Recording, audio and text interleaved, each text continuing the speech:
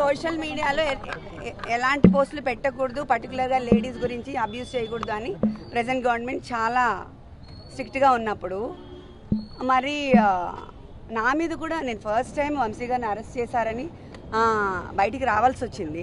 నేను that's the same thing I'm sharing with all the media. అలాంటప్పుడు మా మీద ఎలా సోషల్ మీడియాలో అబ్యూజివ్గా ఎలా ట్రోల్ చేస్తారు, అబ్యూజివ్ వీడియోస్ ఎలా అప్లోడ్ చేస్తారు, ఇట్స్ వెరీ రాంగ్.